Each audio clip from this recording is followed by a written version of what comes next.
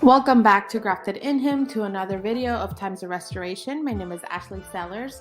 I'm a certified comprehensive iridologist and nutrition consultant, and also the owner and founder of A Restoring Life. And today we are going to be talking about the basics of diabetes. So we're going to jump in really quick because I have a good amount of information that I want to share with you. We're going to start talking about some facts, okay? 1 in 3 Americans, including children, teens, adults ranging from 21 to 40 and 50 and above, have a blood sugar problem known as insulin resistance. Insulin resistance increases the risk for prediabetes, type 2 diabetes, and a host of other serious health problems, including heart attacks, strokes, and cancer. An estimated 87 million American adults have prediabetes. 30 to 50% will go on to develop full-blown type 2 diabetes. In addition, up to 80% of people with type 2 diabetes have non-alcoholic fatty liver disease. 80%, okay, of people with type 2 diabetes have non-alcoholic fatty liver disease. But those aren't the only threats posed by insulin resistance. Insulin resistance increases the risk for prediabetes, type 2 diabetes, and a host of other serious health problems, including heart attacks, strokes, and cancer by 95%. If you ask me, these stats are pretty scary. When I see clients that have diabetes, that are pre-diabetic or have insulin resistance, they also tend to have a sluggish liver, and they have high blood pressure, they have high cholesterol levels, they have high triglycerides, and are gaining weight around the stomach area, among other things. So let's talk about what the actual issue is here, what the root cause is, what's driving this, and what sets the stage up for diabetes. And the answer is fats, saturated fats. Fats from the food we eat accumulates inside the muscle and liver cells. And the more you eat fats, if you have a high fat diet, that continues to accumulate around your organs too, which starts affecting your organs. So as these fats build up, they interfere with insulin function, causing a condition called insulin resistance and setting the stage for type 2 diabetes and many other health conditions like high triglycerides and heart disease. So all of these conditions, and especially diabetes, is a cell problem. It's a fat problem. It's not really a sugar problem. It's a cell problem. It's a fat problem. Okay? And we're going to specifically talk about what insulin is. Insulin is a key. When there is glucose detected in the bloodstream, the pancreas releases an amount of insulin in order to open the door of the cells to allow glucose to enter the cells to be used as energy. This helps maintain the amount of glucose found in the bloodstream within normal levels. So one of the things that we need to understand, and something that I need to point out, is that our preferred, and this is the way that God created it, okay? Our body's preferred source of energy is glucose. It's not fat, okay? So in a diet, for example, like a ketogenic diet, we see people that are using fat as energy, and that you're pushing your body to use fat because you're not really giving them the carbs, you're not giving it the glucose that it needs. So it has no other option than to use fat, and that is how you also lose weight. However, long term, these same people that are going hardcore with these ketogenic diets end up having type 2 diabetes, end up having non-alcoholic fatty liver disease, end up having heart attacks, end up having cancer, because they're messing with your... Here's the thing. We cannot change what our body needs in order to function better, just because we want to lose weight. Because nowadays, 80% of people that are doing a ketogenic diet is because they want to lose weight. It's not because they have seizures. And, that's originally the reason why this ketogenic diet started, because they were giving this diet to kids that had seizures that they could no longer control. Okay. So if you don't have that issue and your doctor, is telling you don't really have that issue, so it's not really necessary for you to do this diet, there are other healthier and better ways to lose the weight. Okay. But long term, people that do those diets just to lose weight end up with those issues. So moving on. Now, when the cells are packed with fat, the insulin, which is the key, tries to open the cell to let the glucose in. But the cell is not opening up because it knows it's full. That's how it's interfering with the insulin function. So then the high glucose builds up in the blood, and that is what's leading to hypoglycemia, high blood sugar levels, and all of those things. So if your cells aren't opening and taking in that glucose and turning it into energy, all that glucose is floating around in your bloodstream. So when you check your blood sugar levels, it's going to be high. Okay.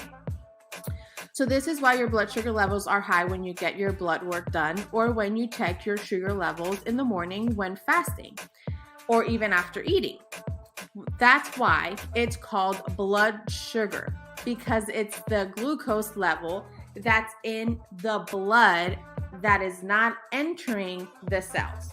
So there's a certain amount of blood sugar that we need of glucose that we need in our blood, but excess amount of that is what obviously leads to high blood sugar levels. And then that's when, they diagnose you with type 2 diabetes and all these issues, and pre-diabetic, and now you need the insulin because your pancreas constantly pumping that insulin to try to open up the cells, but the cells are so full of fat, they're not going to open to receive any sugar because they're full of fat. So that continues to accumulate. That sugar in your bloodstream continues to accumulate. It leads to high triglycerides.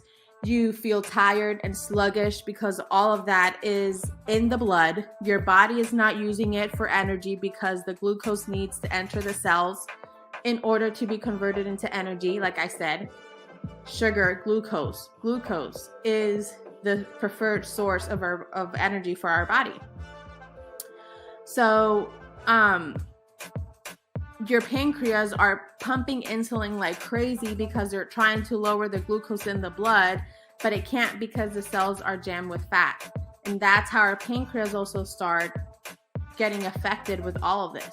So that's why really people that have, and we're specifically talking about prediabetes and type 2 diabetes, because type 1 diabetes is a virus. Okay. Type 1 diabetes is something that's actually going on with the pancreas. Okay. And more often than not, it's very difficult. You have to be in a very strict lifestyle in order to try to reverse type 1 diabetes. Okay. But that's something that's really just passed down, and, genetics, and, like I said, a virus that's really attacking the pancreas. But that's a completely other topic that I'll probably talk about at some point soon. But specifically type 2 diabetes, that's probably one of the most common ones.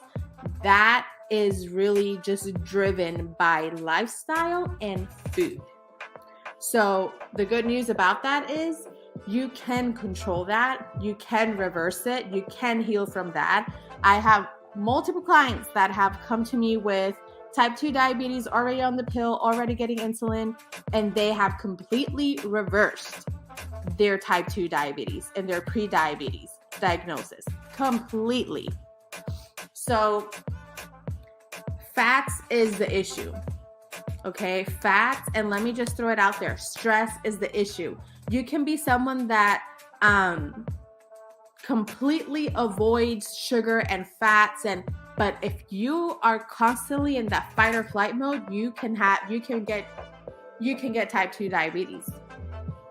just because of that. And I will talk about that at another video, because it is it is good information and I think people need to know about. But I just wanted to take this video to really educate people on what it actually is, because there's such a huge misconception around what diabetes is. And the more I see clients that have type 2 diabetes or pre-diabetes or any issues like that, doctors aren't really educating them on how this works.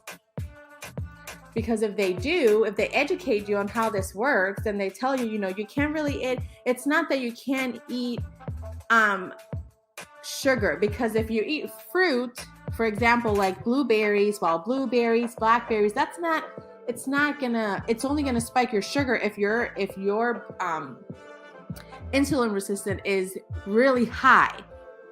Okay, but it's packed, these fruits and these vegetables, okay, are so packed with fiber that they're not going to allow your blood sugar to spike. So the blood sugar the fiber is what's going to, it's not going to push. Okay, so here's the deal. When you eat fruits and vegetables and whole food carbs and grains, and you have a whole food diet, they're so packed in fiber that they're not gonna let your metabolism, it's gonna be more controlled, and the way that your body processes that food that you're eating, it's gonna be slower, so it's not going to spike your blood sugar. Okay, so that is why eating a high fiber diet for people that have type 2 diabetes is such an important thing. High fiber diet, to eat a lot of grains because they're packed with fiber. They're eating what they need. They're eating the nutrients that they need, but it's not spiking their blood sugar. And it's helping eliminate all that fat in the body. You're also decreasing the amount of fat that you consume in your diet. So that's why the issue isn't really, because I hear clients that say, I can't eat bananas because I have diabetes.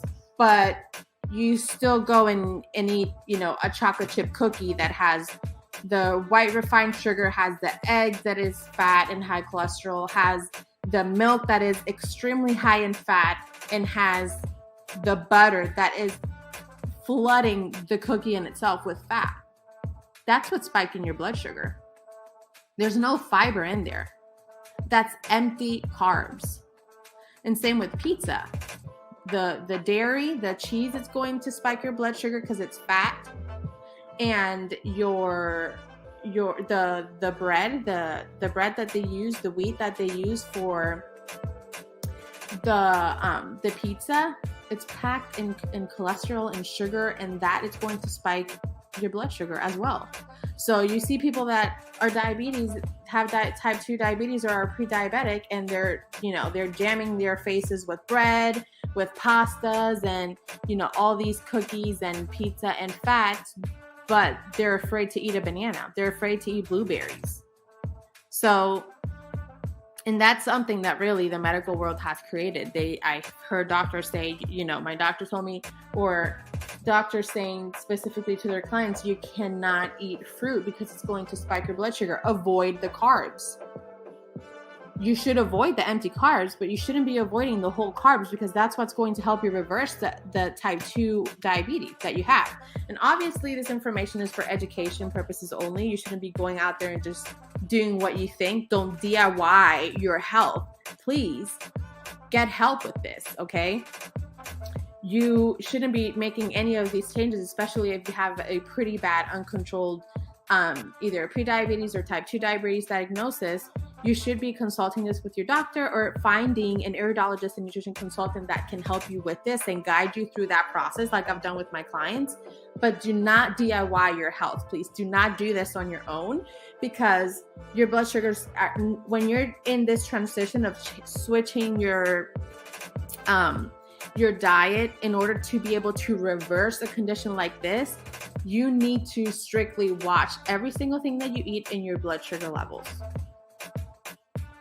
And then you'll be able to see results within a short amount of time, because that's what my clients have seen. So anyways, I want to cut this video short here. There's so much information on this that I have. I'm working on doing a workshop that I'll be sharing with people online that you can sign up and take. But in the meantime, this is just a sneak peek and some little information just for you to understand how this actually works, how insulin resistance, how prediabetes, and type 2 diabetes works. So if you have any questions or comments, please drop them down below on the comments, or you can find me on Facebook, Instagram, Twitter at A Restoring Life. You can message me there, or you can email me directly at arestoringlife@gmail.com, or you can find me on my website, www.arestoringlife.com. And I will talk to you guys on the next video. Shalom.